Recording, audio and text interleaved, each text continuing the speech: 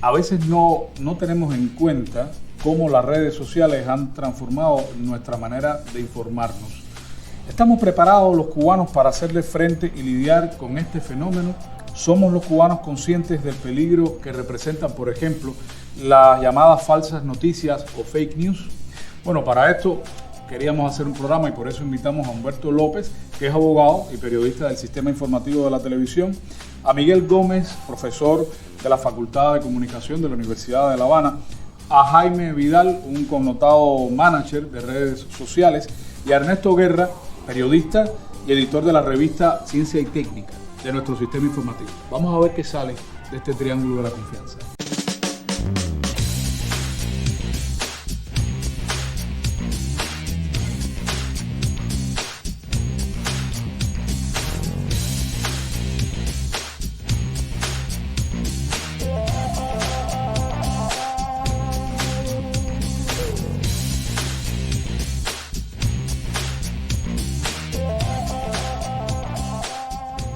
Bueno, bienvenidos Humberto, Jaime, Miguel y Ernesto al tema de las fake news.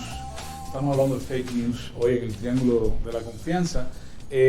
Para agarrar al toro por los cuernos, desde sus perspectivas, trabajan todos en los medios. ¿Qué son las fake news de las que tanto se habla hoy en día?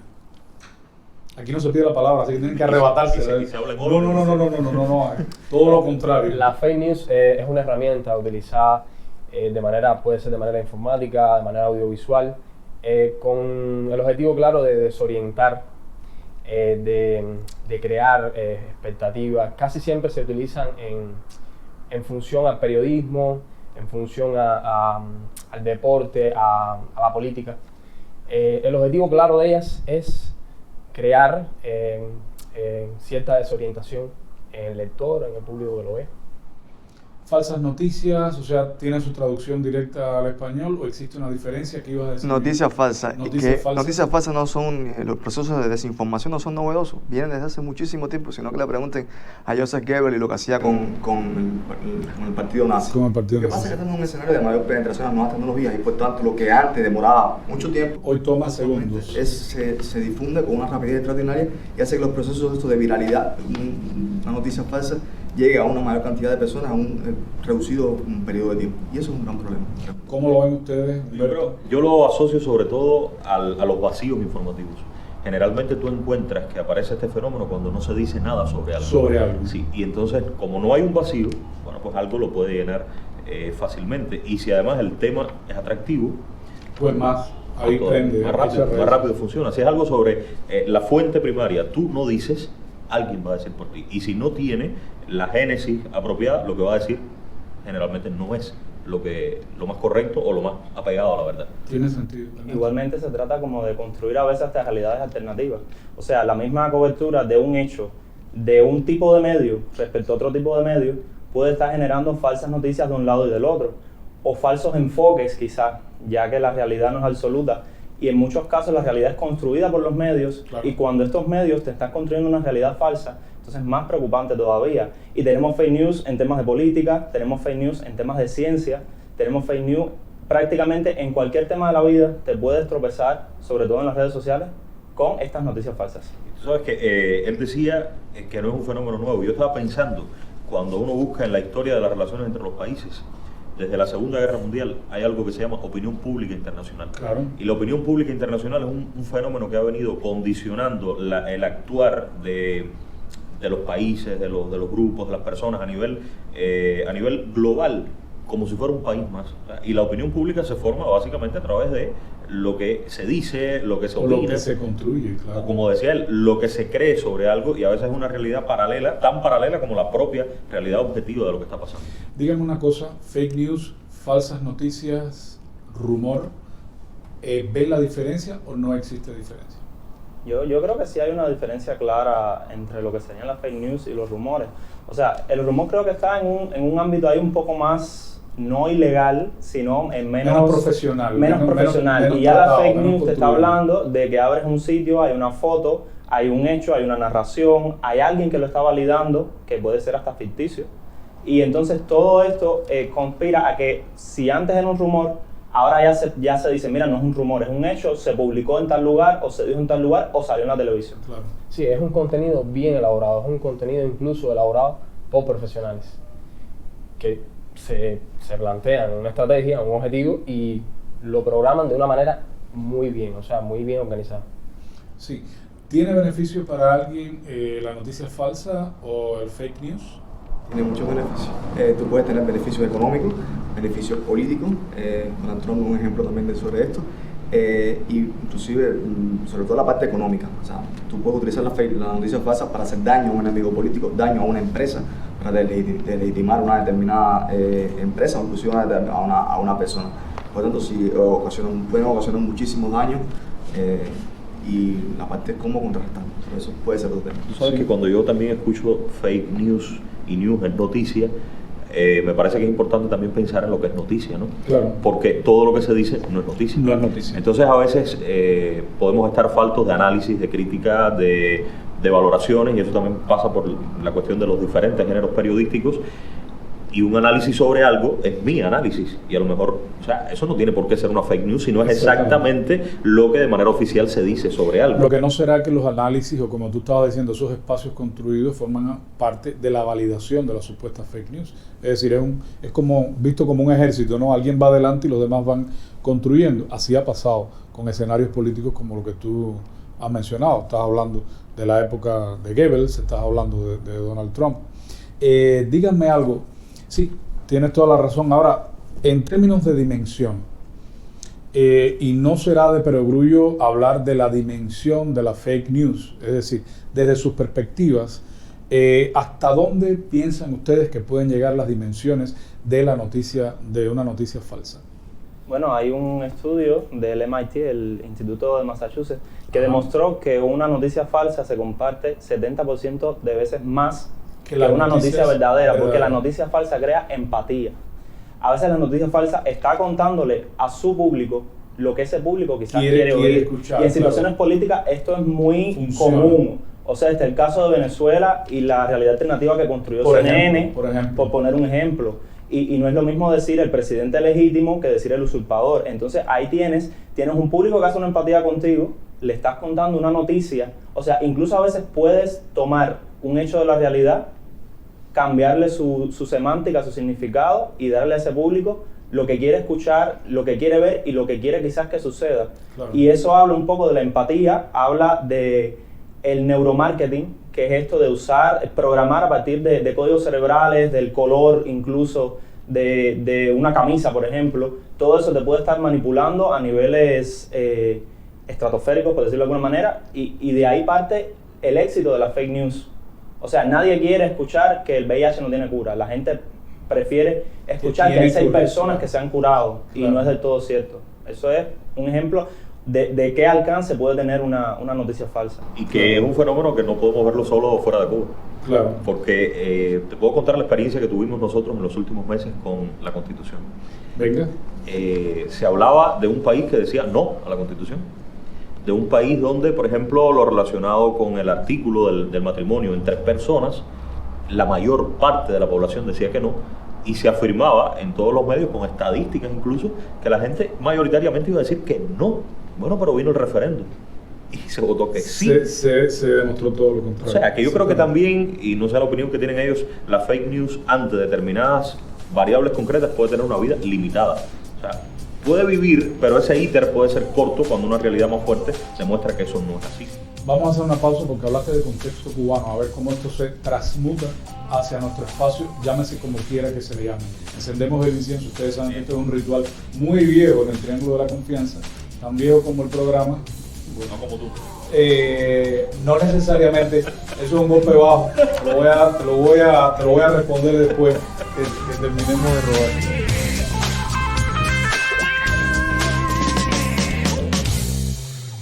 Estamos hablando de noticias falsas, de fake news hoy en el Triángulo de la Confianza. Y Humberto, tú decías algo que me llamó poderosamente la atención, el contexto nuestro. Supuestamente pensamos que son cosas que no, o que están lejos de la manera en que nosotros vemos y hacemos la prensa. Es confusión, es que no sabemos, llegan de alguna manera, y ahora después voy para ti como tú sacas tus noticias para tu revista, que es muy interesante. ¿Cómo detectas que una cosa es verdadera o que una cosa no es falsa? Pero quiero quedarme con esto. ¿Cómo se observa en nuestro contexto? Yo al inicio estábamos hablando, en mi opinión, sobre todo yo lo asocio a la falta de información sobre A la esto. falta de información. Claro, cuando no existe... ¿De nuestros profesionales o las fuentes a las que accedemos? Mira, yo creo que hay un poco de las dos cosas. Un poco de las dos cosas y las circunstancias se prestan mucho para eso. Ahora, lo que... Caemos en el neuromarketing con facilidad. Claro. Vacíos no Víctimas, existen, a mí me parece. Lo que existe es falta de información de una fuente. Y si por ahí no viene, va a llegar por otra parte. Y ahí viene entonces la falsa noticia. Claro. Ese día a día en la redacción, ¿dudas, lees, triangulas? ¿Cómo haces? Sí, eso Sí. tienes que buscar. Yo creo que la unión de la academia y del pensamiento científico de cualquier ciencia para llevarlo a la comunicación hoy día es importante. Eso es una cosa. La otra es el análisis permanente constante de tu realidad, de la realidad, y que tú estés conectado con ella. Creo que eso es básico. Y no quedarte con la opinión, aunque pueda parecer la más genuina, aunque pueda parecer la más verdadera, por decirlo de alguna manera. Tienes que comprobar, incluso hasta de la propia fuente, que puede ser la oficial. Tienes que escuchar más con relación Miguel, el acceso a muchas fuentes de información, ¿es engañoso? Yo creo que vivimos un escenario en el cual Cuba, los cubanos estamos, por primera vez yo creo en mucho tiempo, tenemos acceso a una enorme cantidad de fuentes de información. Ahí tenemos dos, como existe una metodología para construir fake news, hay una metodología para deconstruir. ¿Cómo logramos que el cubano entienda que determinado veneno de un animal cubano como el alacrán no cura determinadas cosas?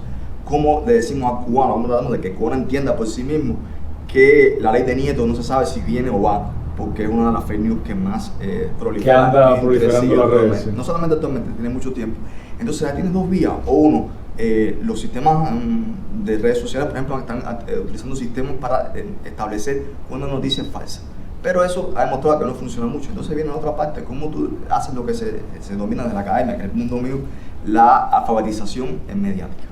O sea, no solamente leer, alfabetización mediática. Cómo tú lees los medios, cómo tú entiendes a los medios, cómo tú logras discernir por ti mismo, porque las personas que están en el barrio de aquí, que están en la 3G, bueno, a ver, la ley de Nieto, con el deseo de que venga la ley de Nieto más la chismografía cubana, es una trilogía perfecta para que se corra por toda Cuba rápidamente y la gente empieza a compartirlo, ¿sí? Y sin embargo no es así. Entonces, mira que ya proxémicamente hacemos esto, ¿eh? Ya nadie hace así, hacemos compartirlo. Entonces, muy bien. Ernesto, ¿Cómo te manejas ante la construcción de una revista que es de ciencia, sobre todo la ciencia que va a tanta velocidad? ¿Cómo dilucidas lo que va y lo que no va para que nosotros los humildes espectadores estemos informados? Creo que la ciencia es ahora mismo de lo que más fake news está generando. O sea, todos los días 3 limones curan algo diferente, el veneno de la lagartija azul del Pacífico quita el cáncer. Entonces, a veces es esa onda un poco pesimista de que si algo es demasiado bueno, puede que no sea verdad. O sea, pasó con el ejemplo que ponía ahorita del VIH. La agencia EFE dijo que había 6 personas que se habían curado del VIH y fue una mala traducción del paper original donde se explicaba cómo se había logrado una desaparición en análisis de sangre del VIH. No se había curado. La agencia EFE lo publica automáticamente, o sea, EFE tiene una historia en las noticias de antaño y mucha gente confió, no trianguló la información. Era lo que... Califícame la historia, buena o mala.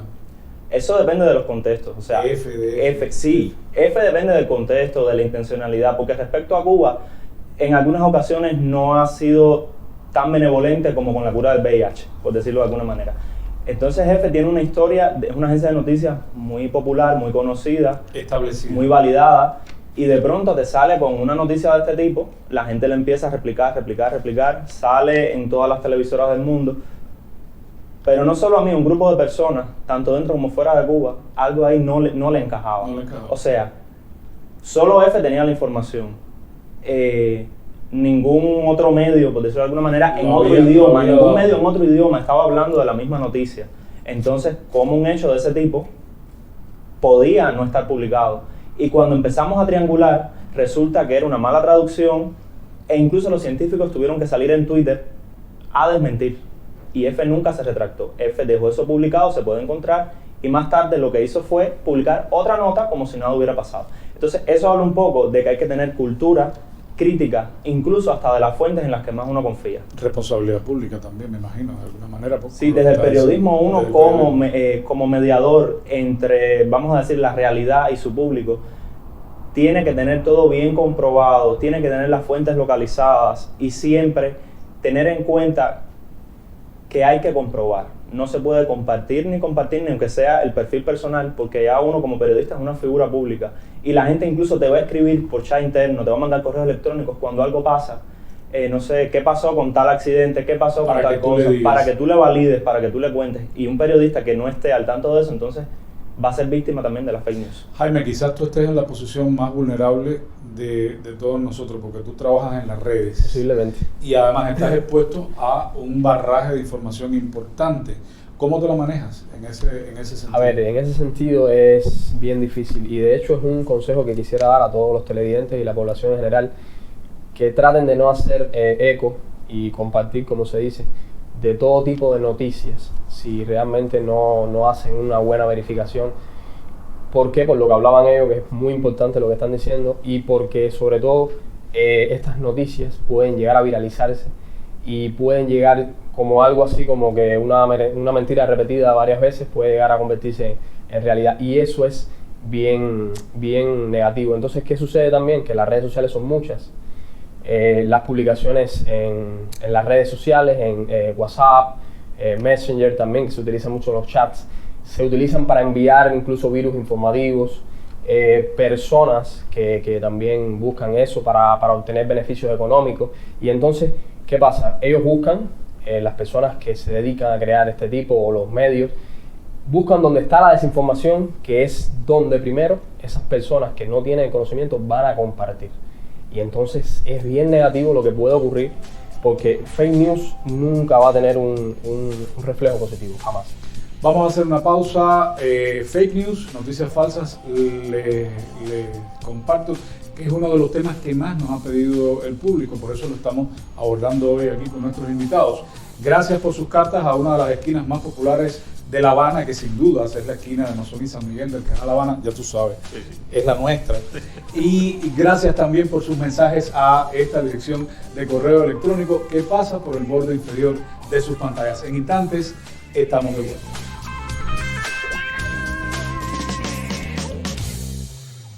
Y seguimos hablando sobre fake news, noticias falsas, hoy en el Triángulo de la Confianza.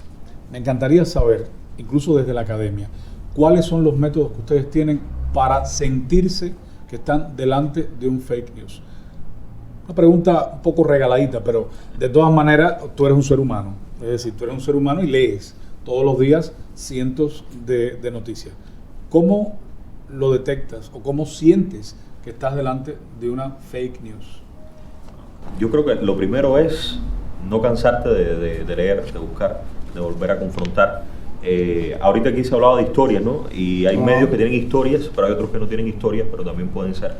Hay algunos medios que ya uno les tiene puesto como una especie de etiqueta, y creo que eso puede ser negativo, porque a veces los obvias y ahí a lo mejor... Claro, puede haber algo interesante. Claro, pero por la cosa del diario y por la rapidez, ya tú sabes que puedes buscar sobre este tema aquí o allá, y a lo mejor eso puede ser un gran problema.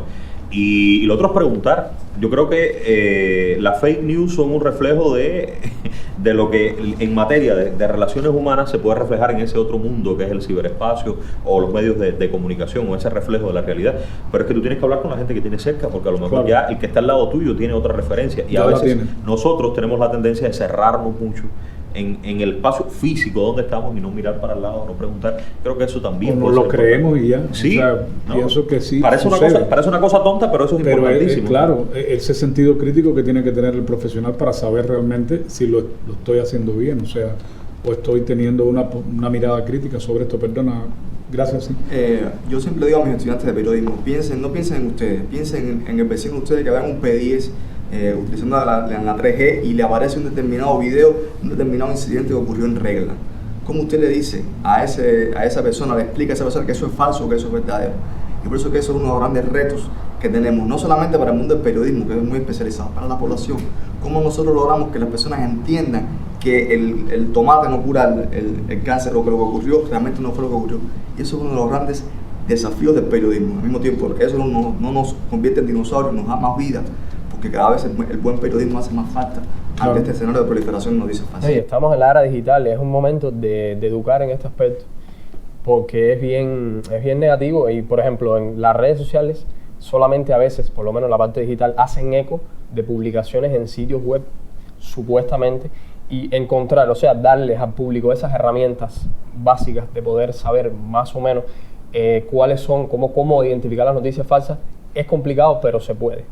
Por ejemplo, voy a decir algunos casos sencillos, que por ejemplo pueden revisar las URLs de la página y pueden ver si tiene el candado verde o el candadito rojo como suele salir.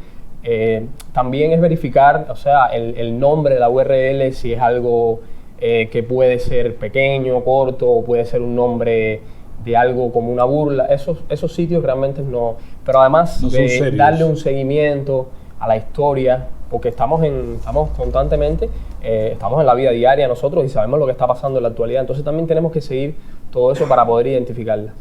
¿Cómo te las arreglas, Ernesto? A ver, hablamos en algún momento del caso, o sea, antes de entrar al programa, del caso del meteorito. La revista fue la que le dio cobertura en tiempo real al hecho y fuimos casi que de los primeros que publicamos los videos, las fotos. O sea, ¿cómo enfrentarse a eso? Hay una explosión en Pinar del Río, nos llama una muchacha, una colaboradora, hubo una explosión y la gente empezó a decir que era un avión que había explotado.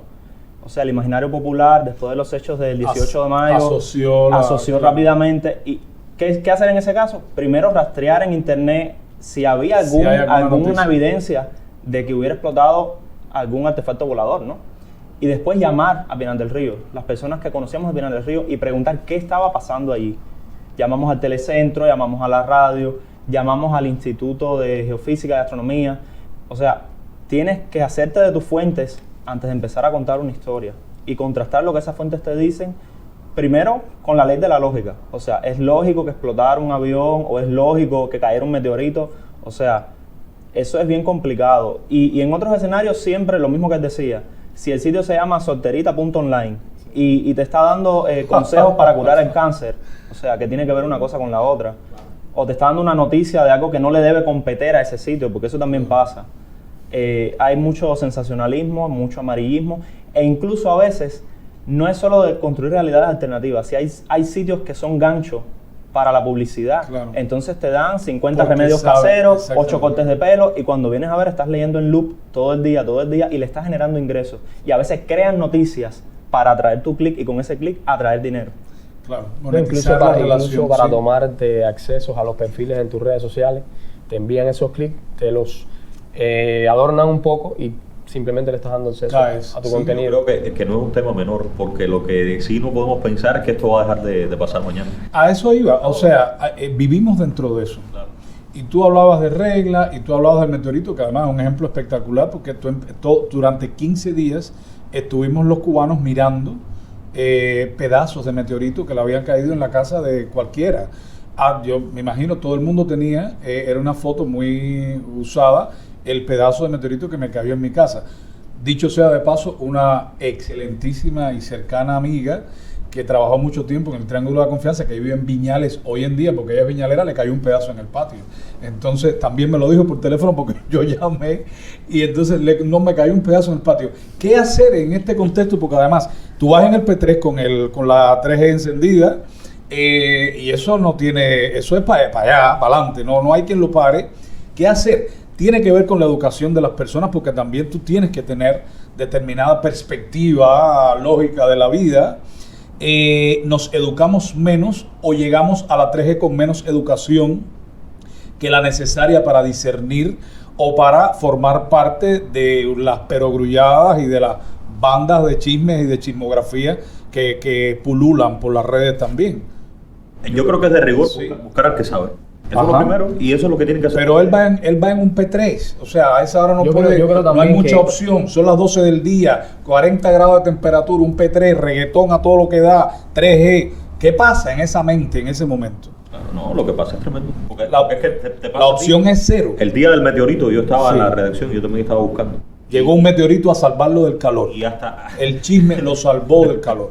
Hasta que te enteras, dime que no, 2 horas, claro. ya tengo algo que decir. Llegué a mi casa con la última, con el meteorito que le cayó a Juan. Pero aquí desde los medios de comunicación, Sí. es que el medio no puede esperar a que alguien le oriente, que tiene que buscar. Eso es otra cosa. ¿Entiendes? Entonces ya Es responsabilidad del medio, entonces. En minutos tiene que estar el que Taladrí le dice, por ejemplo, el astrónomo mayor, pero ese día ese llegó de noche. Entonces, No, y Taladrí graba como nosotros No, igual, o sea, pasaron muchas vamos, horas. perdóname Reinaldo, pero Claro. tenemos una diferencia con el aire, Claro. que a lo mejor estoy hablando de algo muy importante, pero salimos dentro de 3 Entonces meses. la iniciativa es importante, buscar al que sabe es importante. Yo creo que hoy se está diciendo cada vez más integrar conocimientos y verlo todo unido, verlo todo junto, porque el fenómeno va a crecer. Cada vez el periodismo, llámese periodismo, comunicación.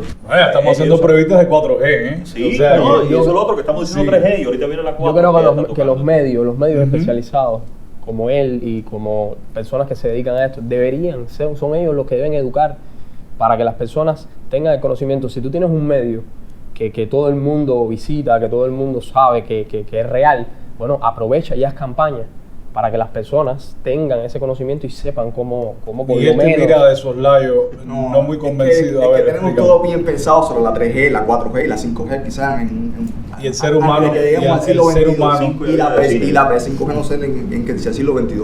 Pero, ¿qué pasa con una persona? O sea, no ¿Qué somos pasa con el capaces ser de darle humano? esa educación, Exactamente. Porque esa persona que da en el P3 no va a chequear, el consejo que da son valiosísimos, pero no va a chequear los URL cuando está en el reggaetón. Esa persona que está escuchando reggaetón, ¿cómo tú le educas desde antes para que él entienda que efectivamente eso que está ahí, si no es mentira, por lo menos que me dé un tufillo de que algo puede Yo creo que el ser? medio tiene que darse a respetar, primero para que la gente te vea y diga, el programa de Ernesto lo tengo que ver porque sé que me está diciendo cosas veraces.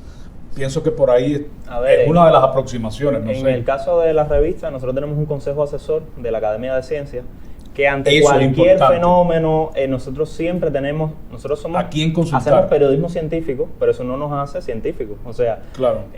tenemos un consejo asesor de científicos consagrados de la Academia que efectivamente ante cualquier situación se llama, se comprueba, pero hay algo esencial. Si la persona desde antes no está siguiendo mi medio, no lo puedo educar yo. La educación tiene que venir, como dice Miguel, Desde mucho otros antes. espacios, desde otros Desde espacios. enseñar a la gente a tener una mirada crítica ante las cosas, desde los mismos medios quizás más populares, porque en mi caso es una revista especializada en ciencia y tecnología que puede que no le interese a todo el mundo. Claro. Quizás el noticiero sí le puede interesar a todo el mundo, la televisión antes de la telenovela a la gente le interesa. Entonces hay que crear espacios ahí un poco que cultivar a la gente en lo que es ver las noticias de una manera crítica. No se trata de abrir la boca y lo que caiga ya me lo trague. O sea, Claro. Como lo que estamos hoy haciendo aquí en Triángulo de la Confianza, estamos tratando de... Es una contribución pequeña, modesta. Gracias a ustedes por su tiempo, gracias a ustedes por la sintonía. Recuerden que nos vemos, Lo de perdón. si eso era una fake news. No me descubras, nosotros no propagamos fake news, de hecho por eso están ustedes aquí. Gracias por la sintonía, nos vemos la próxima semana, mira que se acaba el Dolly, por este mismo canal. Y recuerde bien que en La Confianza siempre nacen las buenas preguntas. Hasta entonces.